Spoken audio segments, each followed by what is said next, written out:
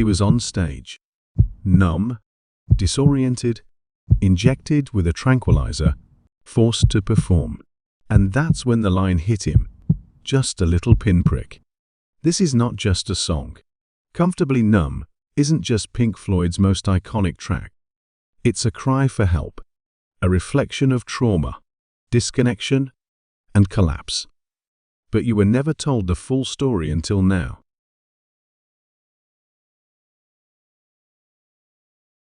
In 1977, Pink Floyd were in the middle of their Animals tour. It was called In the Flesh, and behind the scenes, Roger Waters was falling apart, paranoid, exhausted, disconnected from reality. Just before a show in Philadelphia, a doctor injected Waters with a tranquilizer to get him on stage.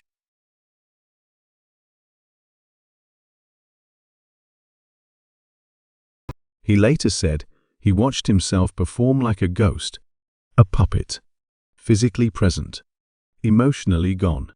That moment became the inspiration for Comfortably Numb.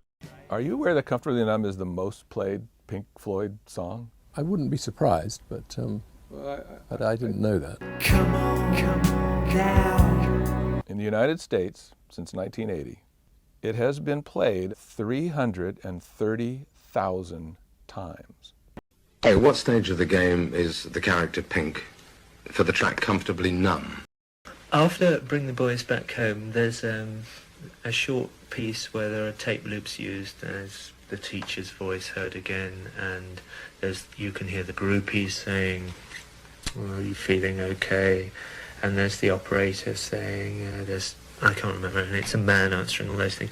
And there's a new voice introduced at that point, and there's somebody knocking on the door and saying, "Come on, it's time to go." Right. So the idea is that they're coming to get him to take him to the show because he's got to go and perform that night. And they come into the room, and they've realised something's wrong, and so they actually physically bring the doctor in. And Comfortably Numb is about his confrontation with the doctor. So the doctor puts him into such a physiological condition that he can actually hit the stage? Yes. He gives him an in fact, it's very specific, that song. Just a little pinprick? Yeah. There'll be no more ah. Right.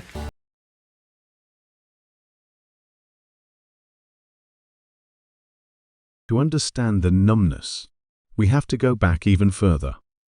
Roger Waters' father died in Second World War when Roger was 5 months old. He never knew him. He grew up surrounded by absence, raised by a quiet, grieving mother in post-war England. The Wall isn't just an album. It's a metaphor for emotional isolation.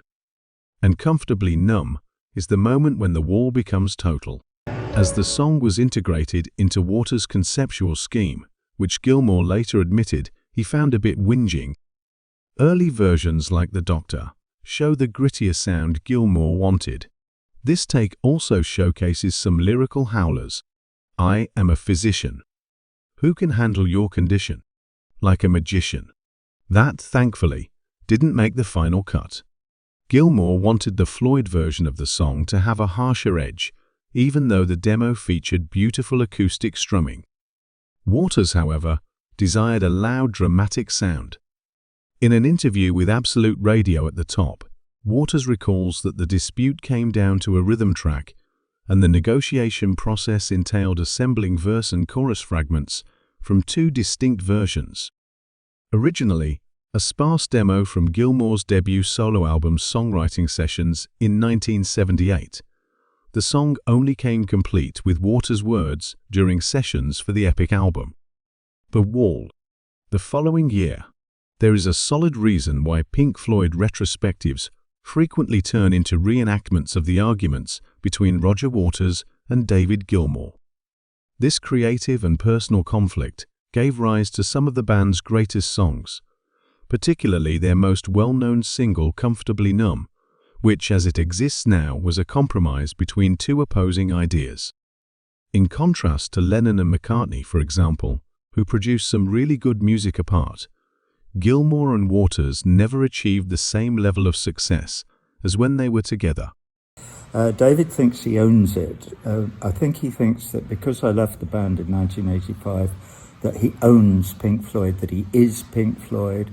Gilmour acknowledged that Comfortably Numb symbolizes the last embers of mine and Roger's ability to work collaboratively together, which adds to its bittersweetness. Had nothing that really, I'm irrelevant, and I should just keep my mouth shut. Understanding the background of Comfortably Numb helps us to understand all of the scheming that went into making the song what it is today.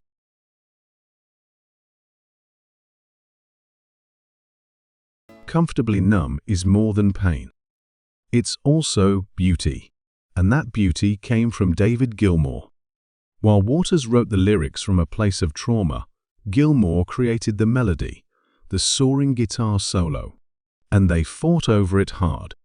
Waters hated Gilmour's version at first. Gilmour refused to compromise. The song nearly didn't make the album. Producer Bob Ezrin stepped in.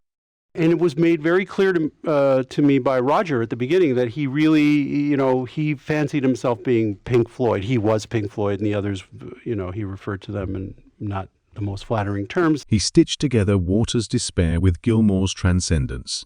And he just said, the reason I need you is because you're going to deal with them. I can't deal with them anymore. And that's how magic was born. Comfortably Numb was born from breakdown, childhood grief, a syringe before a show. In many ways, I got that band to play together and be together and create together and do really great stuff. Two creative titans at war. And yet, it became something eternal.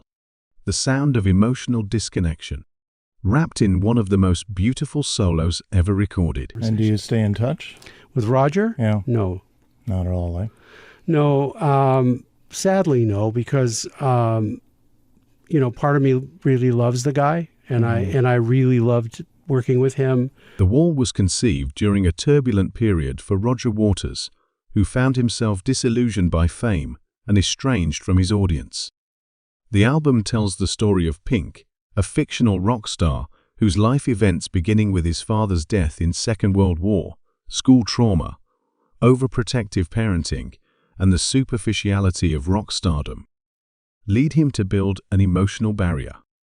In this narrative, Comfortably Numb arrives after Pink collapses before a show and receives a sedative, literally rendering him comfortably numb to the world around him.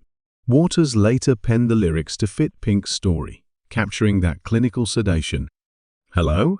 Is there anybody in there? Just nod if you can hear me. Is there anyone home? The blend of Gilmour's melodic sensitivity with Waters' stark existential imagery creates the song's unforgettable tension. The recording sessions took place at Super Bear Studios in France and later at Abbey Road in London. Gilmour's pristine lead vocals on the choruses, warm, empathetic, almost pleading, contrast with Waters' detached, almost mechanical verse delivery. Producer Bob Ezrin suggested that Gilmour sing the choruses, while Waters handled the verses, sharpening the divide between the numbed patient and the outside world attempting to break through. And Roger had said to me, the band's over. Like, I quit and the band is finished. So I thought that was it. Perhaps the most celebrated aspect of Comfortably Numb is its two guitar solos. The first, concise and melodic, eases you into Gilmour's universe. But then comes the second solo, a breathtaking 11-line ascent of pure emotion. Gilmour's use of string bends, phrasing, and lyrical note choices crafts a solo that feels like a voice crying out from behind the wall. In fact, in 2008, Guitar World readers voted this the greatest guitar solo of all time. Released as a single in 1980, Comfortably Numb didn't top the charts. It peaked modestly in the UK and US, but it became a fan favorite and a live staple.